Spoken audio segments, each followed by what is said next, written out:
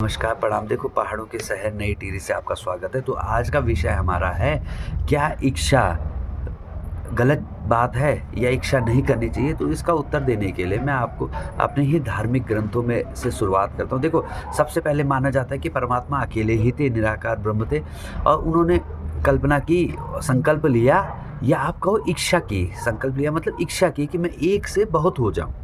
तो जब परमपिता परमात्मा ही इच्छा कर रहे हैं, तो मनुष्य की इच्छा कहाँ से गलत हो सकती है? लेकिन वह गलत कब हो जाती है? जब वह इच्छा व्यक्तिगत स्वार्थ की होती है कि भई मेरा ही लाभ हो जाए या दूसरे की हानि हो जाए, उस वजह से मेरा लाभ हो जाए। तो वह जो व्यक्तिगत स्वार्थ की इच्छा है, वह निश्चित रूप से ही पतन का कारण बनती है। लेकिन अगर आपकी इच्छा जो है, वो सर्वजन हिताय हो, निष्काम भाव की इच्छा हो। निष्काम भाव की इच्छा मतलब कि सबके हित के लिए आपकी इच्छा। अब जैसे मैं मानूँ कि मेरी एक मान लो इच्छा है कि मैं एक विद्यालय खोलूँ और एक ऐसा विद्यालय खोलूँ जिसमें सभी लोग पढ़ें और मतलब गरीब बच्चों को उसमें अच्छी निःशुल्क शिक्षा मिल सके और उसमें बहुत आधुनिक विज्ञान की और उपनिषद की शिक्षा मिल सके। तो ऐसी अगर मेरी इच्छा होगी, तो वह निष्काम भाव की अगर इच्छा होगी, जो सबके हित के लिए इच्छा होगी, तो वास्तव में वो कहीं से भी गलत नहीं हो सकती।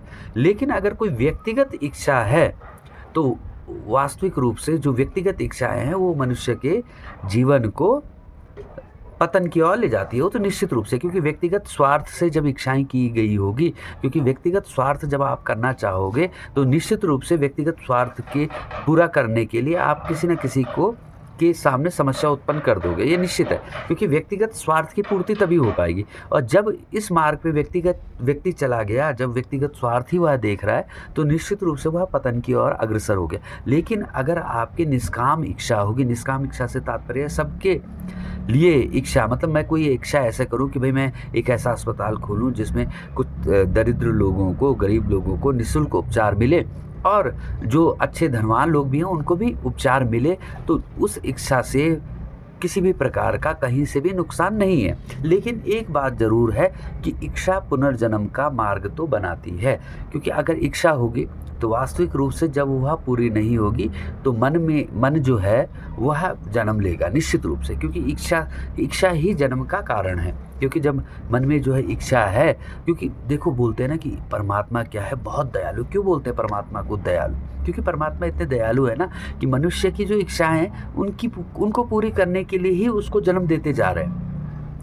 भई जब मानव शरीर है वृद्ध हो गया ना, तो भगवान ने क्या कहा कि भई ये तुम्हारा शरीर वृद्ध हो गया, जो तुम्हारी इच्छा है, मान लो किसी की इच्छाएँ हैं, भोग करने की इच्छाएँ हैं, तो जब तुम्हारा शरीर वृद्ध हो गया, तो तुम उस भोग को नहीं कर पाओगे, तो तुम्हें क्या दे दिया?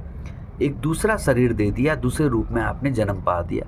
तो ईश्वर को दयालु इसीलिए कहते हैं कि वह तुम्हारी इच्छाओं की पूर्ति के लिए ही तुम्हें जीवन देते रहते हैं। लेकिन अगर तुम इच्छाओं की पूर्ति के लिए अपना जीवन लोगे, तो वास्तविक रूप से, क्योंकि वह इच्छाएँ कभी पूर्ति करने वाली नहीं है और इच्छाएँ व्यक्ति का बंधन है। क्योंकि इच्छाएँ होगी तो व्यक्ति उन इच्छाओं से बंध जाता है और वो बेचैन हो जाता है, क्योंकि इच्छा पूरी नहीं होगी। तो जैसे आप एक बच्चे को देखो, अगर उसको एक शोरूम में गया, उसको एक छोटी गाड़ी पसंद आई, उसको जब तक आप नहीं दिलाओगे वो रोता रहेगा ना, क्योंकि वह तब तक परेशान है जब तक उसकी इच्छाएँ पूर्ति नहीं हुई। तो इच्छा जो है वास्तविक रूप से जन्म का कारण बनती है, पुनर्जन्म का कारण बनती है। लेकिन जो निष्काम भाव की इच्छा होगी, जिसमें अपना 1% भी व्यक्तिगत स्वार्थ नहीं होगा, तो निश्चित रूप से वह इच्छा मोक्ष का साधन बन जाएगी। लेकिन अगर किसी इच्छा में मान लो 99% भी निष्काम भाव हो, लेकिन 1% व्यक्तिगत भाव होगा, तो वह कहीं न कहीं पुनर्जन्म का कारण निश्चित रूप से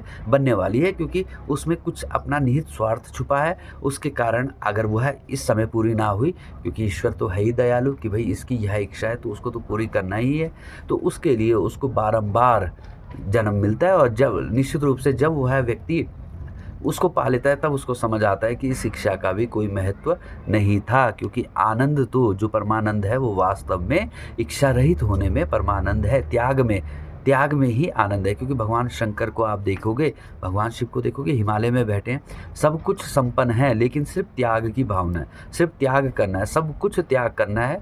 और जो सबके हित के लिए जो कार्य है, उसी को अपने जीवन का भगवान शिव ने उद्देश्य बना रखा है। चाहे जो कालकूट विष है जिससे संपूर्ण सृष्टि नष्ट हो जाएगी, उसका ही पान करना हो जगत की रक्षा के लिए। तो निष्काम भाव से अगर आप इच्छा करोगे तो वह ज़रूर आपके मोक्ष का साधन बनेगी, लेकिन अगर उसमें व्यक्तिगत स्वार्थ होगा तो निश्चित रूप से वह बंधनों में बांधेगी। तो निष्काम भाव से इच्छा कहीं से भी बुरी नहीं है, वह क्योंकि वह जो सबके हित के लिए जो इच्छा होगी, निश्चित रूप से वह मोक्ष का साधन बनेगी। नमस्कार।